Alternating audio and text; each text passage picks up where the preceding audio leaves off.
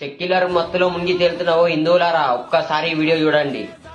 పుడమిని ప్రళయంలా మింగే మెరుపు ధారె విలపించేనా నేల తల్లి ఒడికి ఒరిగిపో.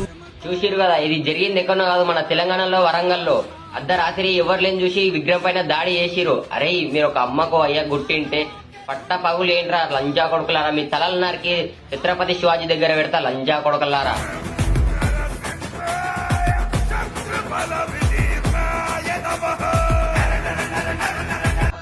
హిందూ మెజార్టీ ఉన్న హిందూ దేశంలో హిందూ సామ్రాజ్యాన్ని సృష్టించిన మన ఛత్రపతి శివాజీ విగ్రహాన్ని తలబెడతారా లంజా కొడుకులారా, మీరు కనబడండి రా, దొరకండి రా రే లంజా కొడుకులారా. మీ తలలు కోసి ఆ తల్లికి రక్తాభిషేకం చేస్తాం రా లంజా కొడుకులారా.